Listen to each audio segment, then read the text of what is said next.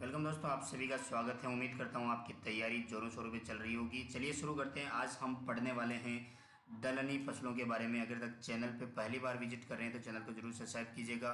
इसी तरह के कॉम्पिटिटिव एग्जाम से रिलेटेड वीडियो देखने के लिए आप बने रहिए इसी चैनल के साथ में। बहुत सारे वीडियो जो हैं आप लोगों के साथ में रोज़ाना शेयर होने वाले हैं।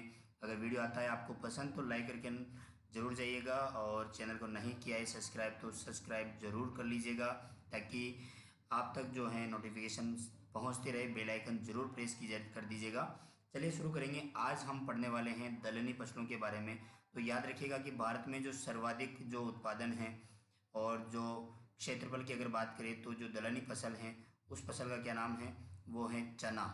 इसके अलावा अगर बात करें तो राजस्थान में सर्वाधिक उत्पादन और क्षेत्रफल जो है जिस फसल का है वो मोट का है। भारत में सर्वाधिक दालों का जो उत्पादन वाला जो राज्य है वो आपका एमपी है। इसके अलावा अगर बात करें दूसरे स्थान पे है आपका महाराष्ट्र। भारतीय दाल अनुसंधान जो संस्थान है ये कानपुर यूपी के अंदर है। वहीं अगर बात करें दलहन फसल अनुसंधान संस्थान की तो ये कानपुर यूपी के अंदर है, यानी कि दोनों जो हैं ये कानपुर यूपी के अंदर हैं। दलहनी फसलों का जो कुल होता है ये होता है आपके लेग्यूमिनेसी जो हैं, ये दलहनी फसलों का कुल होता है। दलहनी फसलों का जो फल का जो प्रकार होता है ये कहलाता है पोड़ कहलाता है। वर्तमान में भारत में प्रतिदिन जो है प्रति व्यक्ति दाल उपलब्धता जो है वो 30 ग्राम है। राष्ट्रीय दलहन विकास परियोजना जो प्रारंभ की गई थी 1986-87 के अंदर इसको स्टार्ट किया गया था। सबसे पहले जो हम फसल लेने वाले हैं उस फसल का नाम है मूंग, जिसको बोला जाता है मूंग बीन या फिर इसको ग्रीन ग्राम भी बोला जाता है।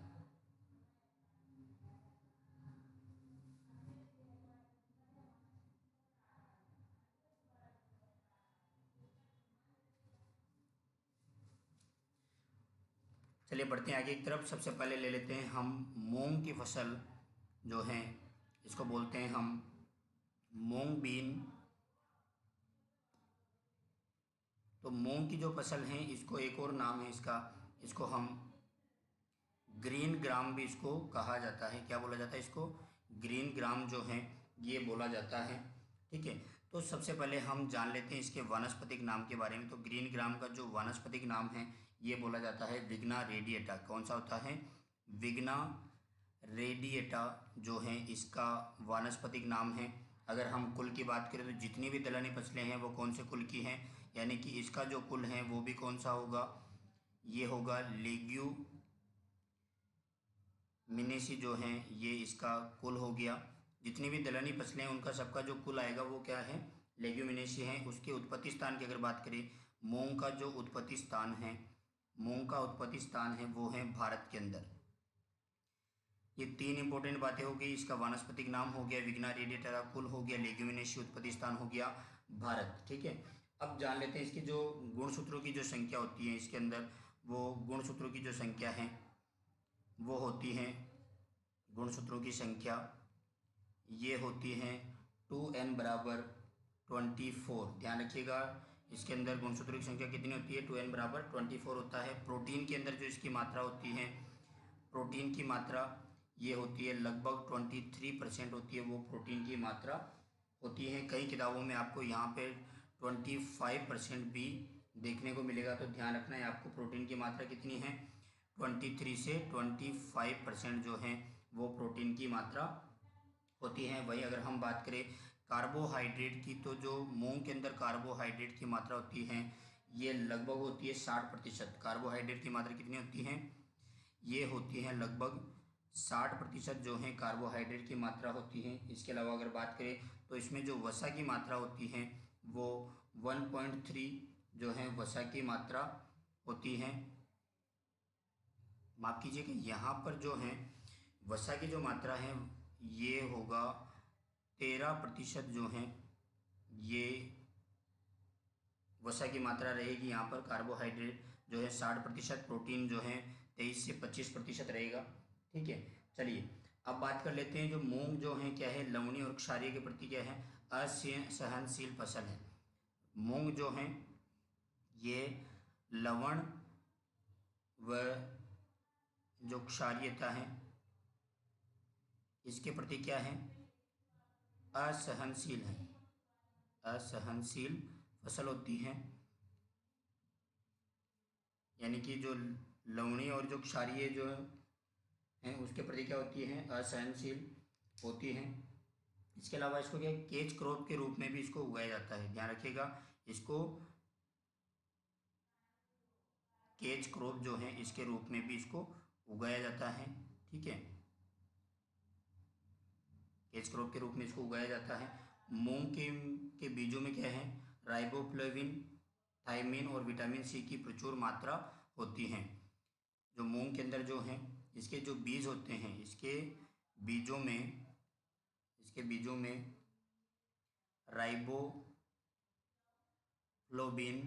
राइबोफ्लोबिन, इसके अलावा थायमिन और जो विटामिन सी है, विटामिन सी की क्या होती है, प्रचुर मात्रा होती है, प्रचुर मात्रा पाई जाती है। इसके अंदर पाई जाती है राइबोफ्लेविन, थायमिन और विटामिन सी की प्रचुर मात्रा मूंग के अंदर पाई जाती है, देखने को मिलता है। ये नाइट्रोजन स्थिरीकरण में भी इसका ये सहयोग प्रदान करती है। इसके अलावा अगर बात करें तो जो दक्षिणी भारत है, दक्षिणी भारत में मूंग को रबी के मौसम में उगाते हैं। बहुत इंपॉर्टेंट फैक्ट है, जो मूंग है उसको जो दक्षिणी भारत में मूंग को रबी फसल के तौर पे लिया जाता है, रबी की फसल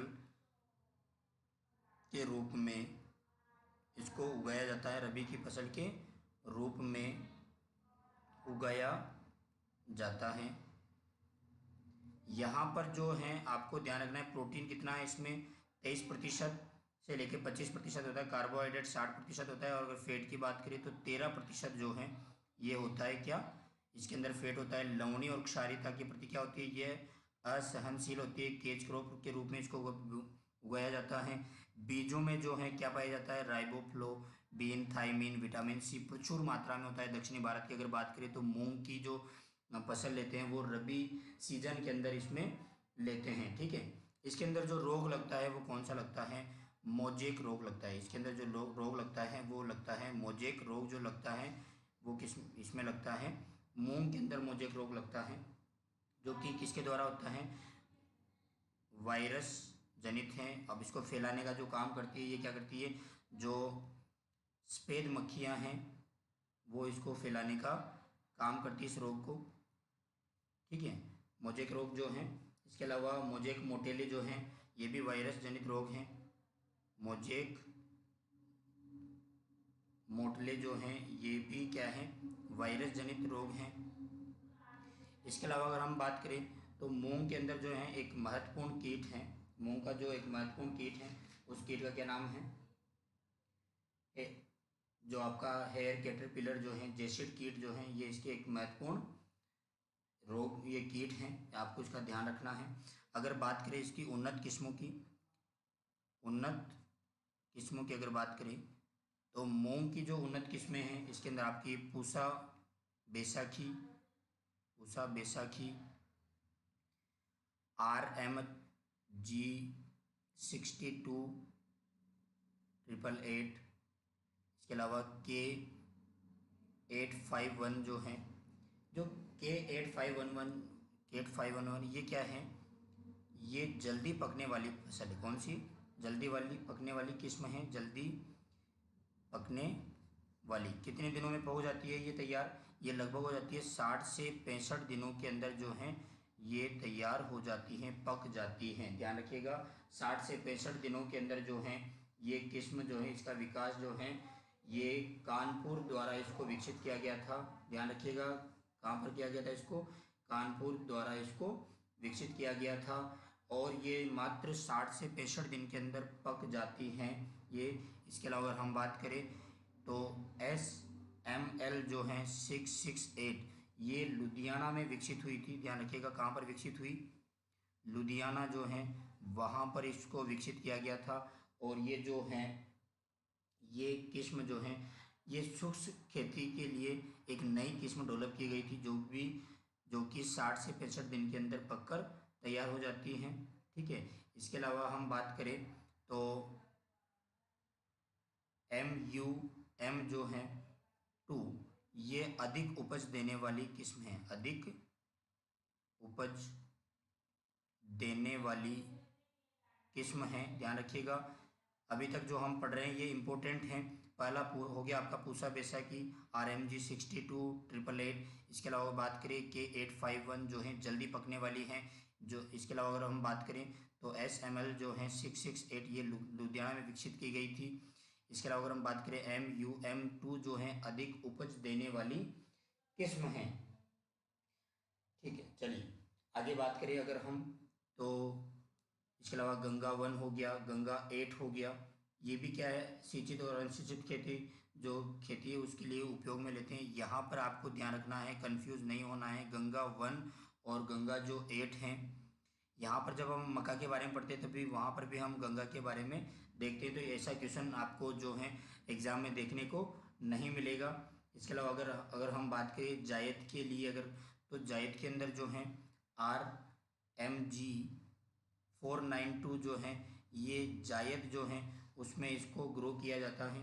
इसके अलावा बात करें तो गन्ने के साथ जो है इंटरक्रॉपिंग के लिए पूसा बैसाखी या फिर टाइप जो 44 है उसका उपयोग किया जाता है। ध्यान रखिएगा, गन्ने के साथ इंटरक्रॉपिंग में कौन सी इंटरक्रॉपिंग जो है उसके लिए किसका प्रयोग करते हैं, गन्ने के साथ इंटरक्रॉपिंग के लिए जो पूसा बैसाखी जो है इसका प्रयोग किया जाता है। पूसा बैसाखी और इसके अलावा या फिर हम इसको बोलेंगे टाइप 44 जो हैं ये उपयुक्त होती हैं। इसकी जो बीज दर होती है, ये बीज दर होती है लगभग 15 से 20 किलोग्राम जो है 15 से 20 किलोग्राम पर हेक्टेयर। और रोड से रो की जो दूरी रहेगी वो रहेगी आपके 30 सेंटीमीटर। अगर उपज की बात करें तो इसमें जो उपज होती है लगभग 8 से 10 क्विंटल जो है पर हेक्टेयर उपज देखने को आपको मिलेगी। अगर इसमें सिंचाई की अगर हम बात करें तो इसकी जो सिंचाई है उसके बारे में थोड़ा सा देख लीजिए, यहाँ से क्वेश्चन बनने के चांस बन जाते हैं। सिंचाई की अगर हम बात करें तो सिंचाई जो है ग्रीष्मकालीन अगर मूंग लेते हैं तो 4 से 6 सिंचाई की आवश्यकता पड़ती है। जो ग्रीष्मकालीन मूंग है तो उसमें लगभग 4 से 6 सिंचाई की आवश्यकता होती है। इसकी जो पहली जो सिंचाई होती है बुआई से कितने दिन बाद में करते हैं, जो फर्स्ट जो सिंचाई होती है, फर्स्ट सिंचाई ये करते हैं लगभग 20 से 25 दिन बाद में। किससे, बुआई के 20 से 25 दिन बाद में किया जाता है। इसके अलावा अगर बात करें दूसरी बुआई की तो दूसरी बुआई फूल आने से पूर्व और फलियां बनते समय करते हैं। दूसरी जो बुआई है वो करते हैं, दूसरी जो सिंचाई होती है, दूसरी सिंचाई कब होती है, दूसरी सिंचाई होती है फूल आने से पूर्व, फूल आने से पूर्व वो फलियां बनते समय या बनते समय जो है इसकी सेकंड बुआई हम करते हैं। उर्वरक की बात करें तो इसके अंदर जो उर्वरक हैं वो नाइट्रोजन, फास्फोरस और पोटेशियम जो है वो होना चाहिए लगभग नाइट्रोजन 20 से 30 किलोग्राम पर हेक्टेयर। इसके अलावा जो फास्फोरस होता है वो 50 से 60 किलोग्राम, और अगर पोटेशियम की बात करें तो ये होता है 30 से 40 किलोग्राम पर हेक्टेयर इसकी आवश्यकता होती है। बुआई का समय कब होता है, जून से जुलाई का महीना होता है। बीज को हमेशा कितनी गहराई पर बोना चाहिए, ध्यान रखिएगा, बीज जो हैं ये लगभग 4 से 6 सेंटीमीटर गहरा बोना चाहिए। ध्यान रखिएगा 4 से 6 सेंटीमीटर जो है गहरा इसको बोते हैं। इसके लिए जो मिट्टी सबसे अच्छी होती है वो कौन सी मिट्टी होती है, अगर हम बात करें मृदा की तो मृदा जो है इसके लिए दोमट मृदा जो है वो इसके लिए उपयुक्त होती है। अगर हम बात करें इसकी जलवायु के लिए तो जलवायु जो है इसके लिए गर्म और आर्द्र जलवायु की आवश्यकता होती है। कौन सी जलवायु की आवश्यकता होती है, गर्म एवं आर्द्र जलवायु की आवश्यकता होती है। ये क्या होती है, स्वपरागित फसल होती है। अंकुरण ऊपरी भूमिक होता है, केज क्रॉप के रूप में इसको लेते हैं। तो ये कुछ बेसिक सा डिटेल था जो कि आपको पता होना चाहिए। इसके अलावा एक दो वेराइटी जो है आपको ध्यान में और रखनी है। सीला वेराइटी जो है इसके बारे में आपको पता होना चाहिए। इसके अलावा जो हाइब्रिड 45 हैं, कौन सी हाइब्रिड, इसका जो क्वेश्चन है आपसे पूछा जा सकता है। हाइब्रिड 45 हैं, जिसको किस नाम से जाना जाता है, ज्वार 45 के नाम से भी जाना जाता है, जो कि जवाहरलाल नेहरू जो कृषि विश्वविद्यालय जबलपुर उसके द्वारा इसको विकसित किया गया था। अच्छा, ये जो विकसित हुआ ये किसके क्रॉस से हुआ था, ये आपको ध्यान में रखना है कि ये जो मदिरा और यूपी लोकल जो है इसका जो क्रॉस करवा के इसको डेवलप किया गया था।